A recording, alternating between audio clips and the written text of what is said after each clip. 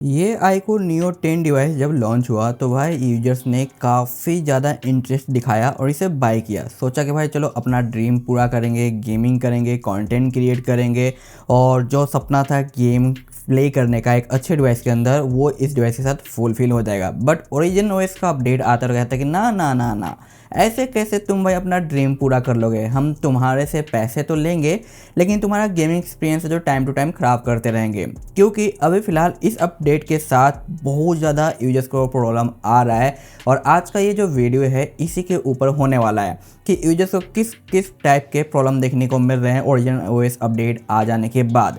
अभी फ़िलहाल जो इसमें सॉफ्टवेयर अपडेट आया है वो है 16.1.10 पॉइंट, देख सकते हो आप यहाँ पे। और ये सभी को ओवरऑल मिल चुका है। आपको नहीं मिला है तो कमेंट जरूर करना। और मैं जो यहाँ पे बग मेंटेन करने वाला हूँ जो कि यूजर्स ने रिपोर्ट किया और पर्सनली मैंने फेस किया है, इसके अलावा आपको कुछ और भी चीज़ें नज़र आती है बग के अंदर तो आप कमेंट जरूर करना, क्योंकि स्पेशली बग रिपोर्ट का ये अपडेट वाला वीडियो होने वाला है। और हो सके तो इसे शेयर करना, हाइप देना, ताकि ये बाकी अदर यूजर्स तक भी है जो ये वीडियो पहुंचे और जल्द से जल्द इन बग के ऊपर काम किया जाए और सभी चीज़ को फिक्स करके जल्दी हमें एक नया ओटी अपडेट दिया जाए। बट भाई iQOO वाले पता नहीं क्या कर रहे हैं, चलिए देखते हैं।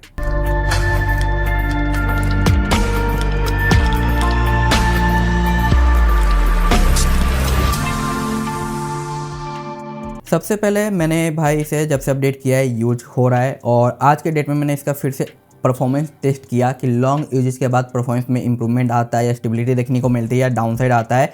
तो यहाँ पे भाई काफ़ी अजीब चीज़ें देखने को मिली है जो कि मैं आपको यहाँ पे दिखाऊंगा। उसके बाद है जो यूजर्स बग रिपोर्ट के ऊपर है जो हम यहाँ पे चलेंगे। जैसे कि जो लास्ट अपडेट आया था, जो यानी लेटेस्ट अपडेट आया था, उसमें हमें जो चैनलों में देखने को मिलता है वो है FAF का सिक्योरिटी पैच और परफॉर्मेंस स्टेबिलिटी, ऑप्टिमाइजेशन और स्मूथनेस वगैरह। लैंग्वेज रिलेटेड प्रॉब्लम था, थर्ड पार्टी ऐप में दिक्कत आ रही थी, ये सारी चीज़ें फिक्स करी गई है। बट एक्चुअली में ऐसा कुछ हुआ नहीं है। यानी यहाँ पे जो फर्स्ट लाइन है ना FAF सिक्योरिटी पैच, इसके अलावा जो कुछ भी यहाँ पे लिखा हुआ है वो समझ लो कि किसी काम का यहाँ पे देखने को नहीं मिलता। अब सबसे पहले मैं आपको टेस्ट रिजल्ट के ऊपर लेके चलता हूँ, उसके बाद है जो मैं आपको जो यहाँ पे यूजर्स के बग रिपोर्ट शो करूंगा। तो ये है आज के डेट का हमारा अंडरटू टेस्ट रिजल्ट। और आज डेट कौन सा है, तो यहाँ पे 11 मार्च आपको देखने को मिल जाता है। यहाँ पे आप देख सकते हो इसका जो अंडरटू स्कोर है कितना ज़्यादा डाउन जा चुका है, जो कि स्टार्टिंग पे जो हमें 24 का स्कोर देखने को मिलता था, बीच में 23.9 के आसपास गया था और अभी यहाँ पे 22.3 हम यहाँ पे कह सकते हैं स्कोर। और वर्जन वही सिमिलर है जो कि लास्ट टाइम मैंने रिव्यू के टाइम में यूज करा था।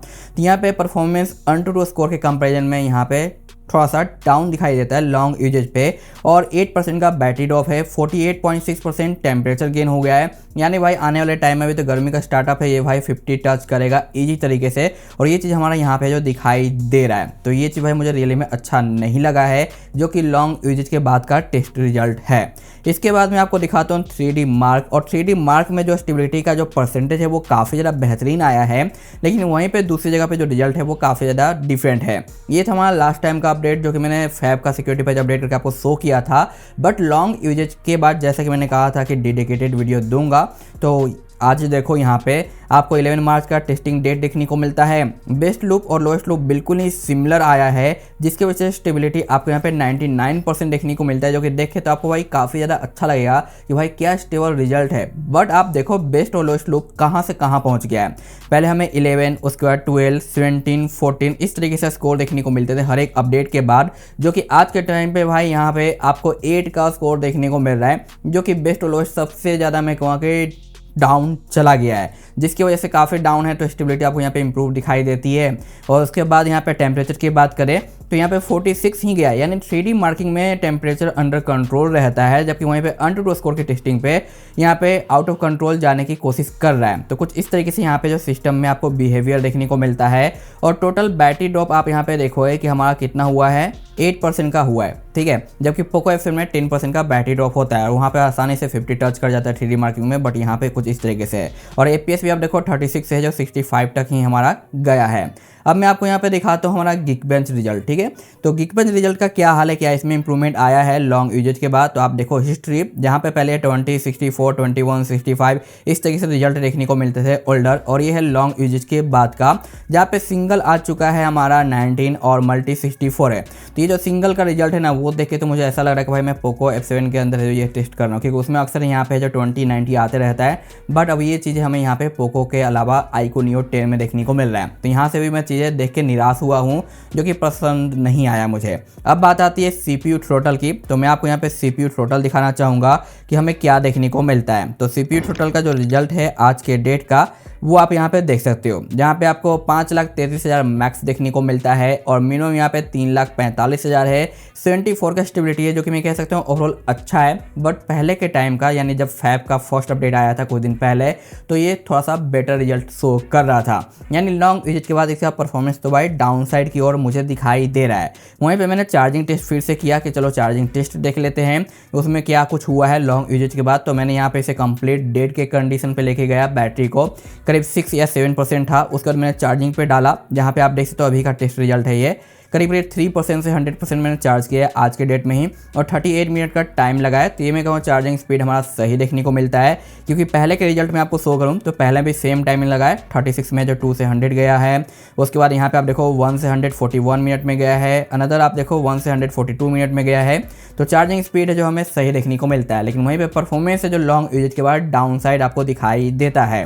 अब आते हैं यूजर्स ओपिनियन के ऊपर कि बाकी लोगों को किस तरीके से प्रॉब्लम देखने को मिल रहा है। तो यहाँ पे मैंने सभी का है जो यहाँ पे इशू है जो कलेक्ट कर लिया है स्क्रीनशॉट में, ताकि मैं आपको दिखा सकूँ। कुछ ग्रुप से है जो यहाँ पे स्क्रीनशॉट है, और कुछ मेरे यूट्यूब के जो कमेंट बॉक्स में डाले गए हैं लोगों के प्रॉब्लम, वो मैंने यहाँ पे कलेक्ट किया है। जहाँ पे आप देखो कि इनका कहना है कि 5G प्लस अक्सर शो करता रहता है जब भी हम भाई यहाँ पे मोबाइल नेटवर्क को ऑफ कर देते हैं तब भी। और ये चीज़ मैंने भी नोटिस किया है कि आप देखोगे कि जब भी मैं यहाँ पे जो भाई इस तरीके से वाईफाई को हटाता हूँ, नेटवर्क को ऑन करके एक बार मैं ऑफ कर दूंगा, तो यहाँ पे आपको दिखाई दे रहा है 5G प्लस प्लस, ठीक है, साइन यहाँ पे आपको डबल दिखाई देगा 5G प्लस प्लस।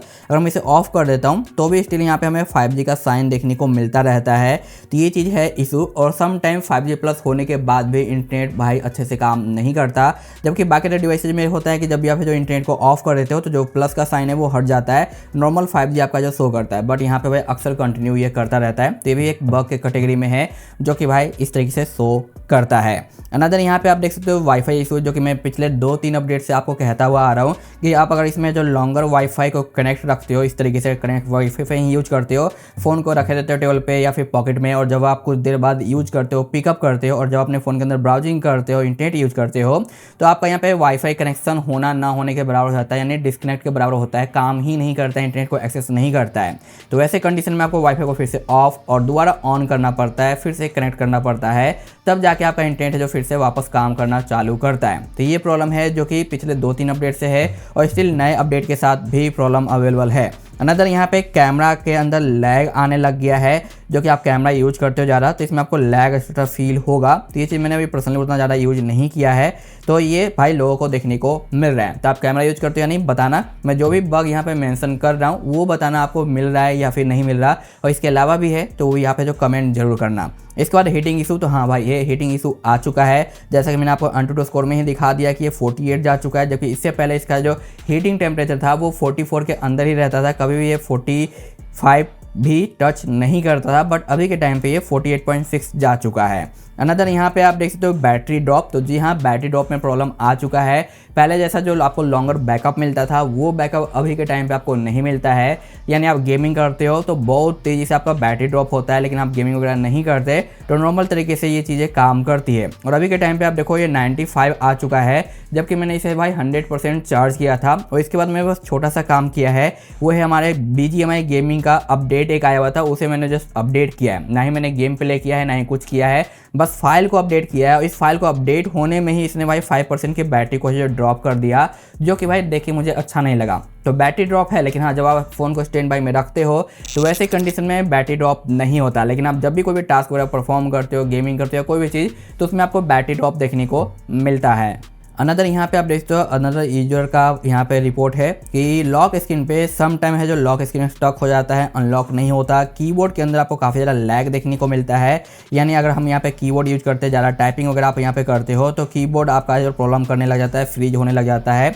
इस तरीके से यहाँ पे प्रेस करोगे तो अटक जाएगा अचानक से, फिर सारे कीबोर्ड है जो वर्क करेंगे, वैसे तरीके से यहाँ पे प्रॉब्लम आता है। बाकी सम टाइम कुछ एप्लीकेशन है भाई यहाँ पे हमारा जो ऑटो क्लोज का पॉपअप देता है, यानी हम उसे यूज भी नहीं करें तो यहाँ पे पॉपअप आ जाता है फोर्स क्लोज करके, और भाई चैनल में मैंने आपको दिखाया ना कि क्या लिखा गया है, तो ऐप्स ऑप्टिमाइजेशन और बाकी चीज़ें यहाँ पे लिखी गई है, बट वैसा एक्चुअली में है नहीं, क्योंकि यहाँ पे ऐप्स ऑटो स्टॉप हो जा रहे हैं विदाउट यूज किए हुए, और सम टाइम तो बैकग्राउंड में ओपन है तो वो क्लोज हो जाते हैं फोर्स स्टॉप देके और एरर देके बंद हो जाते हैं। तो ये प्रॉब्लम यहाँ पे देखने को मिल रहा है। साथ साथ डेवलपर का सेटिंग ऑटोमेटिक ऑफ हो जाता है, तो भाई ये तो भाई आता है ऑप्शन कि आपको ऑफ करना ही नहीं, आपने क्लिक कर दिया तो ऑफ हो जाएगा। बाकी डिस्प्ले ब्राइटनेस भी भाई बहुत सारे लोग कह रहे हैं कि ऑटो यहाँ पे है जो डिग्रेड हो जाता है, यानी आप है जो ब्राइटनेस मैनुअल करके रखे हो तो अपने आप है जो ये कभी कभी है जो डाउन हो जाता है, तो ब्राइटनेस से रिलेटेड भी प्रॉब्लम आ रहा है। तो ये चीज़ भी भाई थोड़ा सा दिक्कत देने वाला है, लेकिन जो ऑटो ब्राइटनेस यूज करते हैं उनको खास प्रॉब्लम नहीं आएगा, लेकिन जो मैनुअल यूज करते हैं उनके लिए ये भाई प्रॉब्लम की बात है।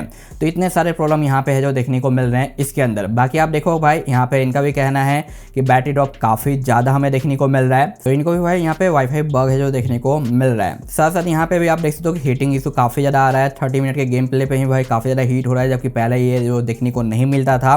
साथ साथ यहाँ पे बहुत ज़्यादा फ्लक्चुएट कर रहा है, 120 FPS जो आपको BGMI के अंदर गेमिंग देखने को मिलता था वो अब पहले जैसे यहाँ पे जो नहीं रहा है, यानी गेमिंग के अंदर भी काफ़ी ज़्यादा जो दिक्कत आ रहा है। तो जो आपको पहले के टाइम पे काफ़ी अच्छा गेमिंग ही करवा के दे रहा था 120 FPS के ऊपर, जैसे कि मैंने स्टार्टिंग में कहा कि लोगों ने भाई गेमिंग के लिए से बाइक है, गेमिंग करेंगे, अपना ड्रीम पूरा करेंगे, बहुत मुश्किल से पैसे कलेक्ट किए हैं, फ़ोन बाय किया है iQOO, क्योंकि स्पेशली गेमिंग के लिए ही जाना जाता है।